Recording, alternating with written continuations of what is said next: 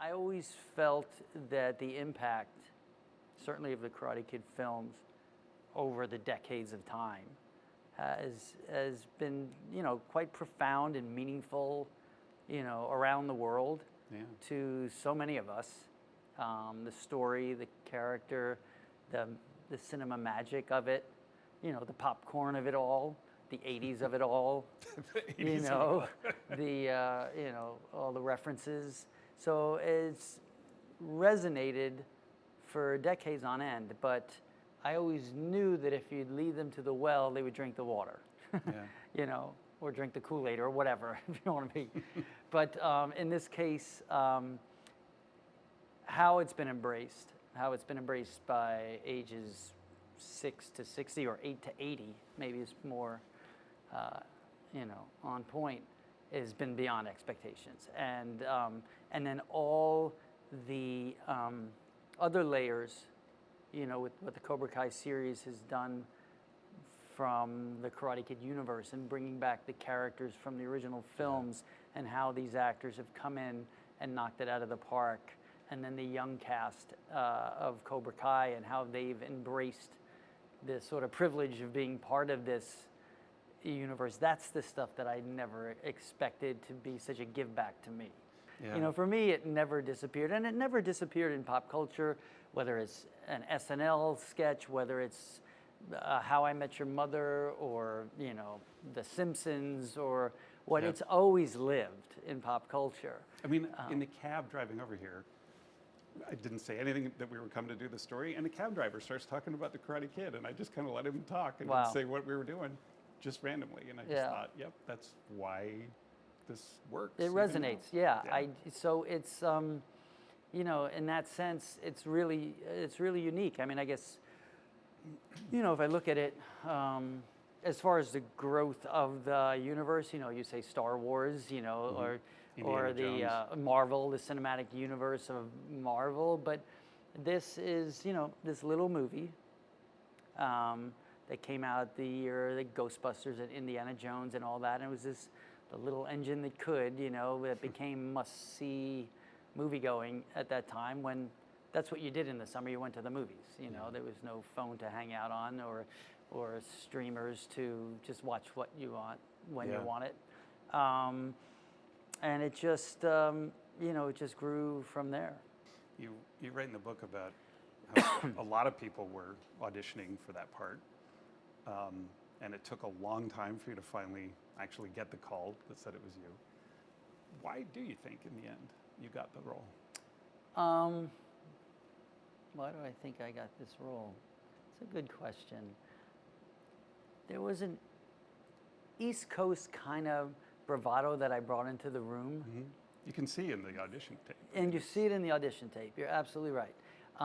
And when I watched that audition tape that is on YouTube, that John Avildsen, our director, put up there and asked me permission, do you mind if I put this up? This was, I don't even remember when it was posted, but it was decades after the movie. When I first watched it, I said to myself, there's the kid. There's it's not like I took that audition and then I had to grow. You've just changed the wardrobe and you put me in the scene, and that's kind of how I played it. Yeah. There were nuances that were added, but for the most part, there was this this kind of little sweet cockiness that I brought into the room. I think when I read the title, I just did not like the title. I thought it just was this hokey kind of after-school specialty cartoon title from the guy who made Rocky. I was like, that's the title? The Karate Kid. Maybe I joke in the book that I wrote that maybe it was me just foreshadowing the fact that if I ever got the part, I'd have to carry it for the rest of my life. So maybe that's why I didn't like it that much. And interestingly, when other people waiting to audition were making fun of the title as well, instead of me feeling like justified in my opinion of the title, I all of a sudden started feeling like, hey, don't make fun of that title. I felt like when you pick on, like someone makes fun of your brother, and you can make fun of I can make fun of my brother, but you better not make fun of my brother. And so I think that might have been one of the first clues that maybe I was taking ownership, even before I got the part. And the Rocky connection with the director and the producer and the music. Yep. I mean, all of it. Yeah.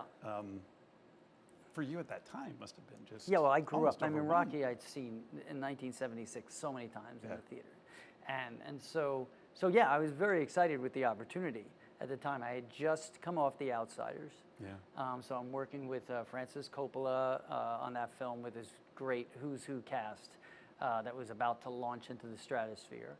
And then I get the call, they're making this movie. The guy who made Rocky's making this movie, and I had I thought they said, well, you're meeting him at his apartment in New York City. So I was like, whoa, okay, this is good. I'm meeting, it's a one-on-one. I walk in there, like the hallway's aligned with a bunch of teenage kids.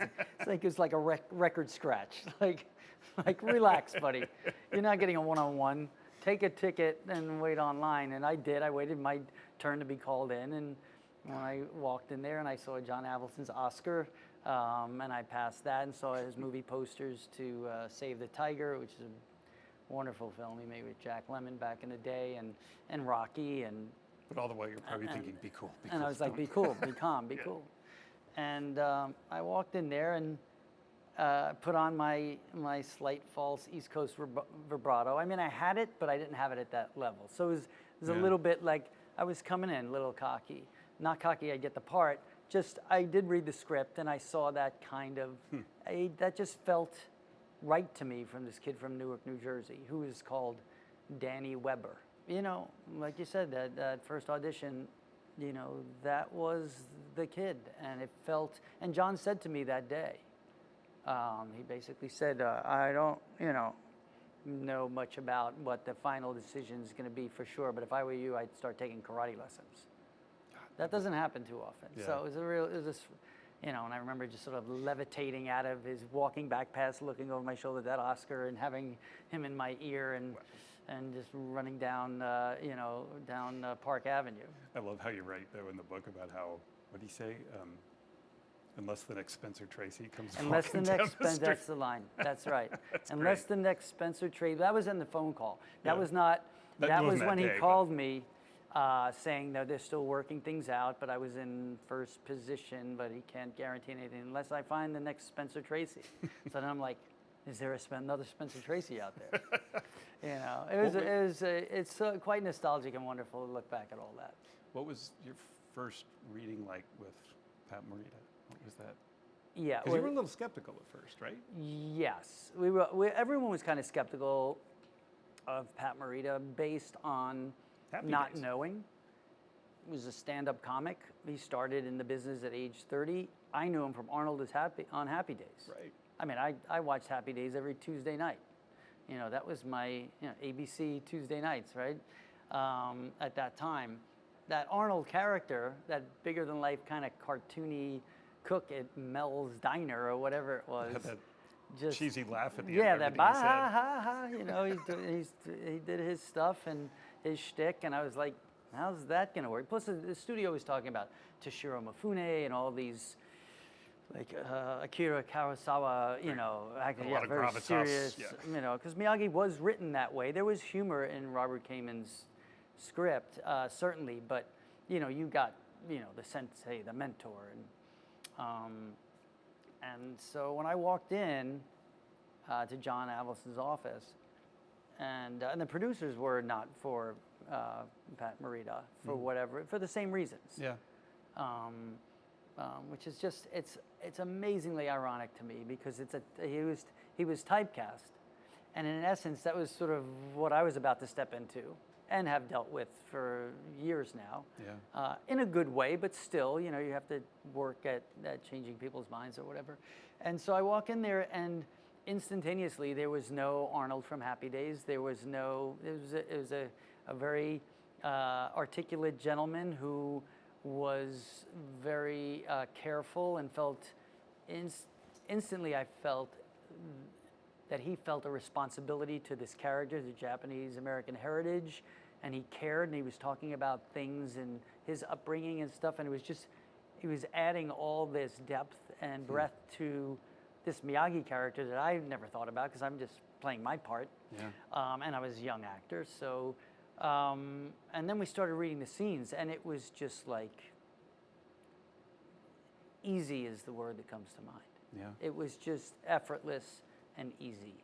And I didn't understand what that was till maybe halfway through the movie, or certainly when I saw the movie. I couldn't explain the chemistry. I just said, oh, it's easy. And that was, in essence, in that relationship, is what informed me that the magic was there, is that I didn't have to do anything. I just had to react.